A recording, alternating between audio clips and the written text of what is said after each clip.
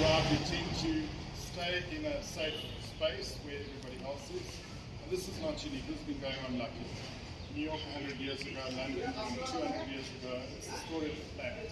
They come, they stay together, they eat their traditional food, they stay with each other, they speak their language.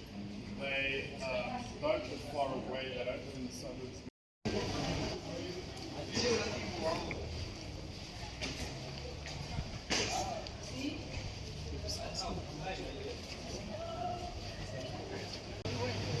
A lot of these are pre-packaged and they're ideal for people that don't know how to make their own rotis and things like that. This is modern India. Modern India has the microwave. Both parents work, kids go to school, creche, whatever. They come back to their apartment. This is Bombay. This is not granny in the village that gets up at 3 and starts rolling chapatis. This is the new, simple, easy, westernized lifestyle. Also, India has the largest middle class population on the planet, so the idea of the very rich and the very poor is not what it used to be. Some of these are traditional sweets. This is made with silver, real silver. I don't know how many tons of silver the Indian continent eats per year, but it's very good for the nervous system apparently. This one, I think it's made with cashew. This is a laddu, this is chana magaj, which is with chickpeas. So you'll see a lot of vegetables that you don't find easily in South Africa, frozen here as well. The others I'll show you in the street. This one here is dosa mix, or for idli, which is South Indian, and it's nice if you want to make it. You don't want to make your own. It's a combination, it's great for gluten intolerance and vegans. Basically, it's urad dal, which has been ground and fermented, and rice. And you can steam it, you can do a whole lot of things with it. Okay. I make my own and just ferment it. Okay, so it's early in the day, so the kebabs are not put out yet, but they're normally displayed here, and you can choose different kinds. There's like chicken ones and lamb and beef and whatever. They're normally small, either minced or small cubes. And the idea was in a nomadic culture that you wanted something that you could use your spear to warm up, to cook at the fire. This is not from a culture that stays put in one place. This is a nomadic lifestyle. Out of this came things like sosati and shish kebab and what's the other one they use in Asia, I forget.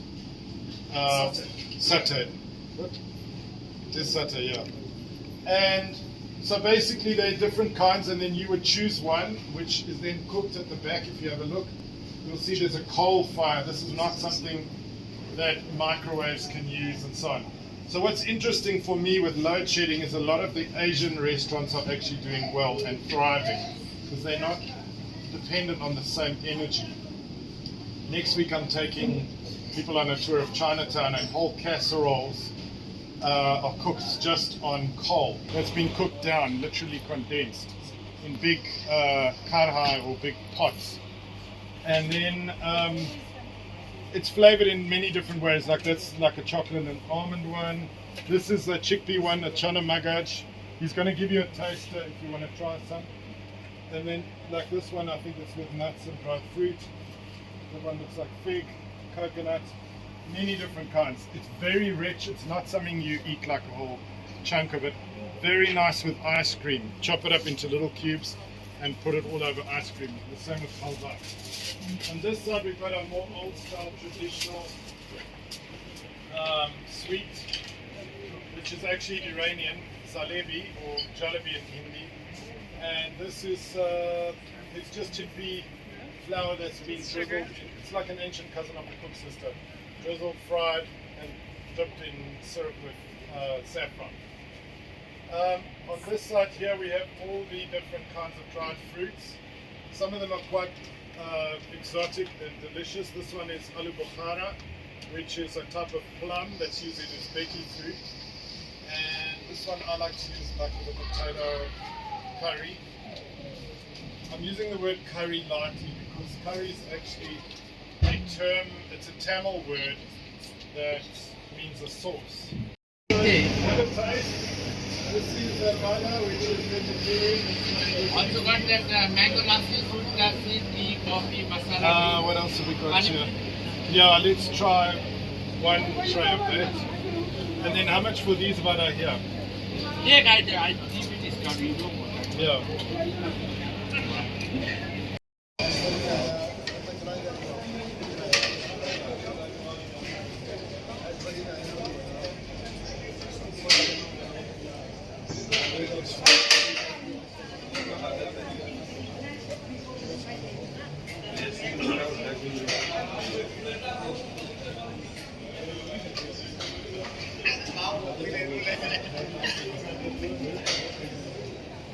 So what I want to show you are all the different types of ingredients, just to give you a start.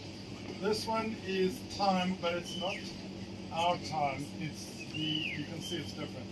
This is za'atar, wild, but it's not the za'atar that's mixed as the powder, which you get here as well. This is the other kind of za'atar. This one's actually it's Palestinian. I think it's from Nablus or it's from the West Bank. So there's this kind, and then there's this, which is the whole leaves. It's a type of thyme that only grows in the Levant. Does everyone know what the Levant is? Levant is where the sun rises. So in other words, Jordan, Syria, that whole section, as opposed to the Maghreb, which is Morocco, Algeria, Tunisia, where the sun sets. That's the Islamic world. This is from Sudan, and this is hibiscus, karkidi, also known as Jamaica or Bisa, Senegal, Mexico.